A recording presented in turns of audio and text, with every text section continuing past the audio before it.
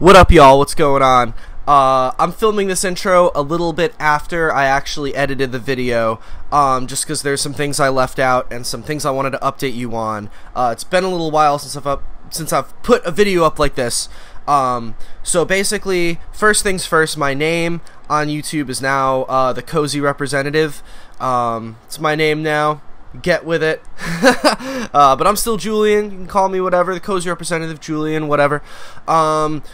Second thing, I have a music project called Drama Club Romance, and I uploaded a new music video for that about a week ago on this YouTube page. You can check that out. I have some music up on Spotify, and I have new stuff coming out, blah, blah, blah, whatever.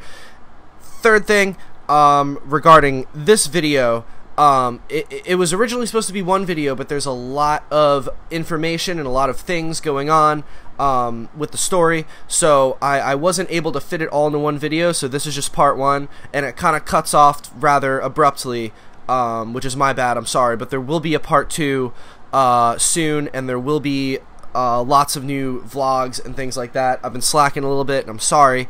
Life gets in the way, but you know, I'm not done, not out of the game. I'm just getting started, or whatever. So, yeah, enjoy today's video. This has been Julian, the Cozy Representative. This is the Escape the Fate story, revisiting the Notorious Scene Feud Part 1. Let's go. So grab this statement and read between the lines. Alright, Escape the Fate. We're a post-hardcore band from Pahrump, Nevada, who formed in 2004 by original vocalist Ronnie Radke and his best friend Max Green, who played bass, as well as guitarist Monty Money and drummer Robert Ortiz, and, what's his name? Omar Espinoza. Yes. They released a self-titled EP in 2005, which gained them a lot of hype around Las Vegas during this time, and they also won a contest to be able to open up for My Chemical Romance, which gained them a lot of hype, and their MySpace started blowing up. After this, they got on the radar of Brett Guritz, who played guitar in Bad Religion and ran Epitaph Records, who ended up signing them to the label, and they released an EP called There's No Sympathy for the Dead in 2006. Later that same year, they released their groundbreaking debut record called Dying Is Your Latest Fashion, which charted at number 12 on the US Billboard Heat Seekers chart and made plenty of waves within the scene at the time with singles like Situations and Not Good Enough for Truth and Cliche. They drew attention to themselves with their image, combining the emo and scene look with a glam rock aesthetic reminiscent of bands like Motley Crue or Aerosmith. Escape the Fate were now touring nationally and achieving success, and Ronnie Radke became somewhat of an infamous figure within the scene at the time. However, behind the scenes, Ronnie Radke's outrageous behavior and heavy drinking and hard drug use began getting him into trouble, as well as bassist Max Green, who was also a hard partier but not as controversial, not as much of a fire starter as Ronnie was. Max and Ronnie have stated in interviews that they were inseparable as friends. During and before Escape the Fate, they had the same birthday. They've talked about how they were homeless together, stealing from grocery stores to eat, and getting shitty jobs, only keeping them for a short amount of time. And they also partied and used a lot of drugs together, and got in some trouble together. But we'll get to that in a second. But basically, the idea of the band was literally for them to escape their literal fate. The fate of being broke and homeless and being nobody, stealing from the supermarket for the rest of their lives. How did you come up with that name? Me and Max and I were sitting on a porch, living at some kid's house, taking advantage and sitting there, poor as hell. I thought that was my fate, and I escaped it. So it sounds like you guys all get along on the bus. Is that true? No. No. Yeah, no. Yeah, we do. We definitely like to go wild and crazy. There's been some times. Yeah. There's been some times that we were called the mini terror twins. Yeah, after Tommy Lee and Nikki Sixx. We were the mini ones. We're like the Millennium Terror Twins, and I didn't know why people called us that until when I woke up in a hotel full of, smelled like wheat bread and condoms. Through dedication, as well as good songs and fiery attitudes, they started to achieve this. But as I stated, as the beast they created grew bigger, so did their drug use and reckless behavior, as well as their problems in life, in the band, and even legally. So I'm going to quote this next part from Wikipedia because the details are very specific and I don't want to get anything wrong. On May 6th, 2006, then 22-year-old Ronnie Radke met Marcel Colquitt near Shadow Ridge High School at the north end of Decatur Boulevard at approximately 2:30 p.m. to fight. I believe there was literally some beef over MySpace, I remember hearing. I couldn't find the interview where Ronnie talks about it, but I think it was like someone was talking shit to Max on MySpace, and Ronnie was looking over Max's shoulder and like got really mad because he's really protective of his friends. I can't confirm that. I remember hearing Ronnie say that in an interview once. Anyway, there's a fight happening. Let's continue. Each man brought additional men to support them in the fight, with new reports placing the number of those involved at anywhere from 6 to 8 individuals.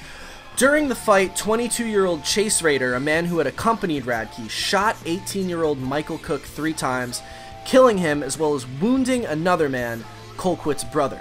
Rader was arrested and charged with murder, but the district attorney declined to prosecute him despite his confession, as it was determined that Rader acted in self-defense.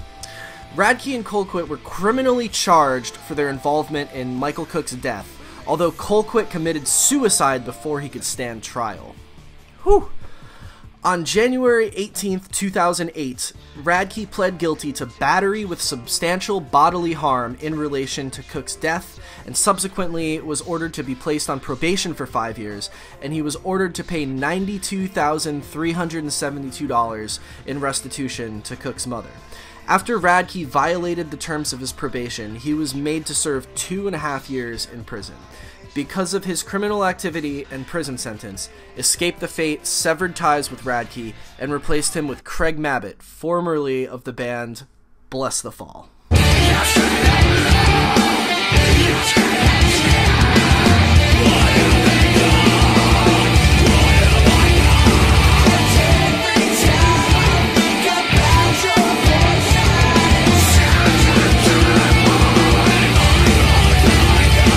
Bless the Fall are a band from Phoenix, Arizona, who formed in 2004 by vocalist Craig Mabbit and some of his high school friends. They released their first EP called Black Rose Dying in 2005, and by playing with other Phoenix acts like Greeley Estates and openly being a Christian band, which was a very popular thing at the time, they built their own hype and signed a deal with Science Records, which was a subsidiary of Warner Brothers.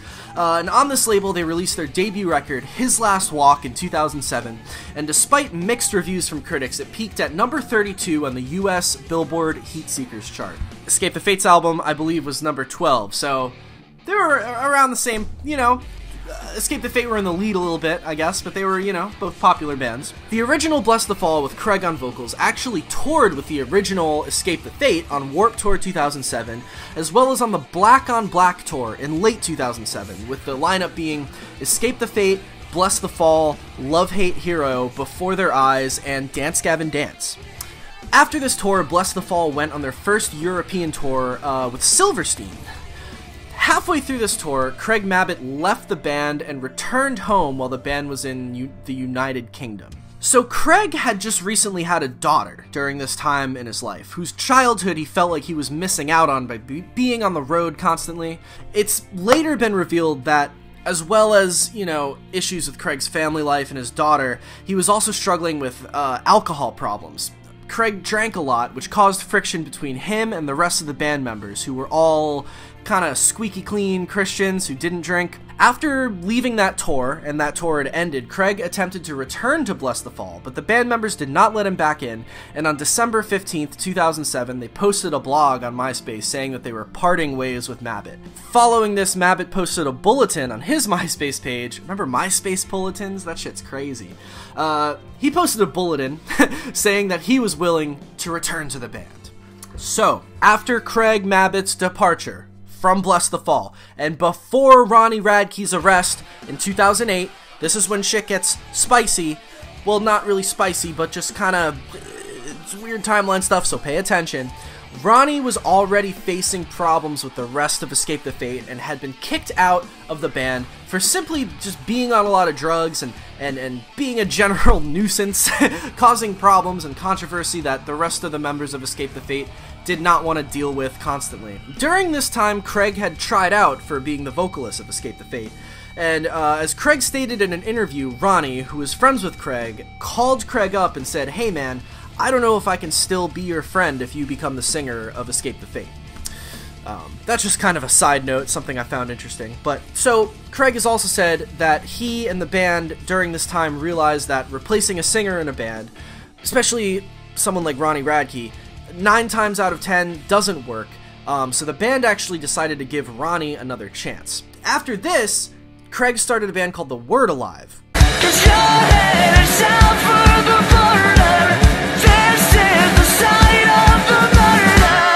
which we'll get to in a second.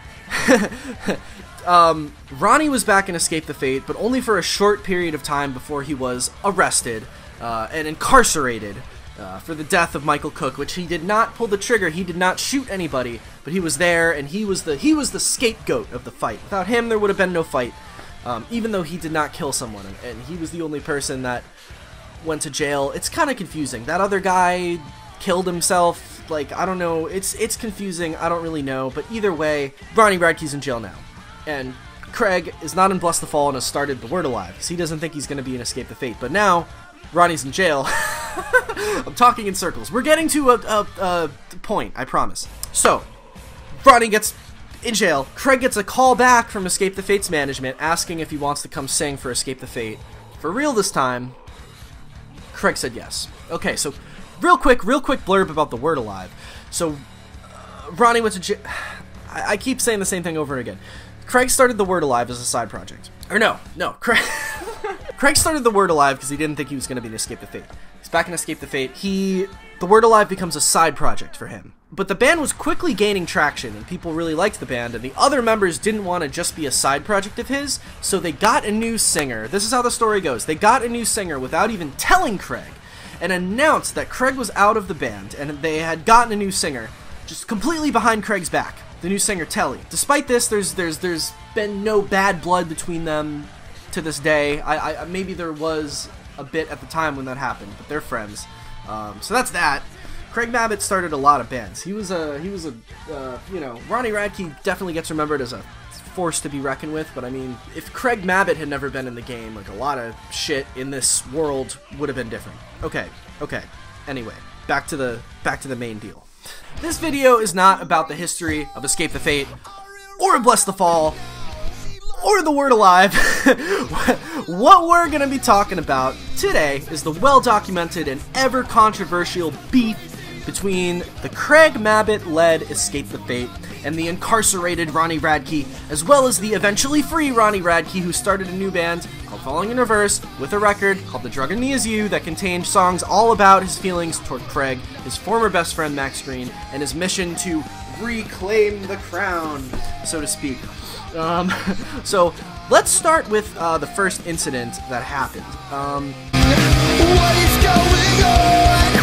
Honestly, So in early 2008, when Ronnie was kicked out of Escape the Fate the first time, before he was incarcerated, and Craig was trying out for the band, Escape the Fate played a couple tryout shows with Craig on vocals. The one I'm going to be talking about right now was at Extreme Thing in Las Vegas, which I am guessing is a festival. I've never heard of it.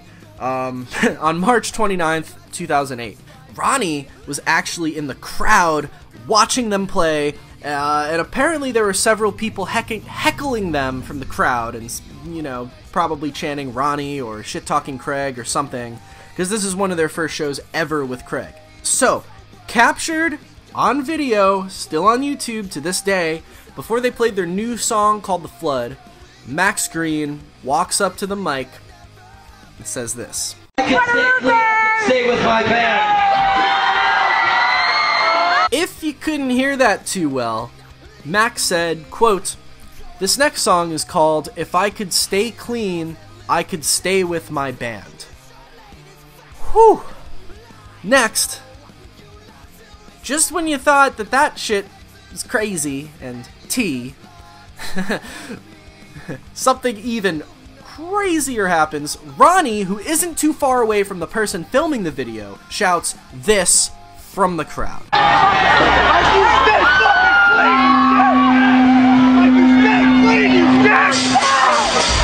Did you get that?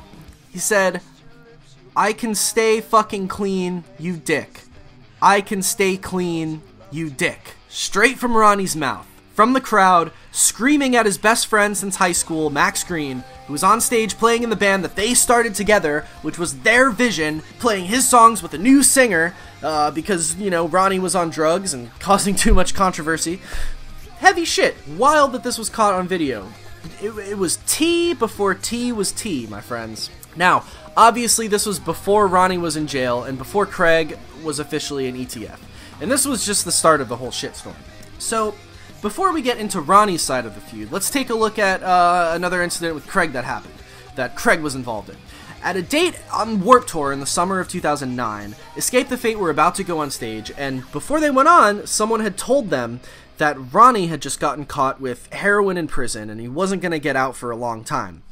Craig has stated in an interview that at the time, he heard that news and he was very bummed out because, you know, really Craig never really had any beef with Ronnie at all. You know what I mean? Ronnie was mad at Craig for being in the band and trying to steal his fame and become him or whatever, but we'll get to that in a second. But Craig really just joined this band. He was friends with Ronnie before, and Ronnie went to jail, they needed a singer. I'm pretty sure Craig wasn't like throwing darts at, you know, a dartboard with Ronnie Radke's face on it. You know what I mean? Craig was just trying to sing for this band. So he hears, you know, gets this news that Ronnie got caught with heroin in prison, which wasn't even true. That actually wasn't even a real thing that happened, I'm pretty sure. But but someone told them this for whatever reason. Craig got bummed. They got on stage, and, you know, like what happened with the other incident, fans were heckling them, probably chanting Ronnie or Craig sucks dick or something. Not an uncommon occurrence at Escape the Fate shows at this time. Craig, who was just on stage, trying to do what he loves, being hurled with insults and heckles from the audience, naturally gets pissed and says this. Fucking you missed the old singer, he's locked up in Nevada, go suck his fucking cock, you faggot.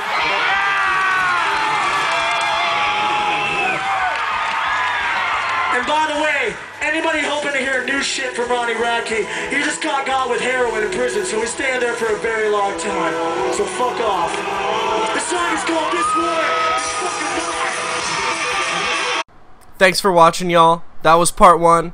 Get ready for part 2 in the future, plus many other vids. This has been Julian, aka the Cozy Representative, signing off for today.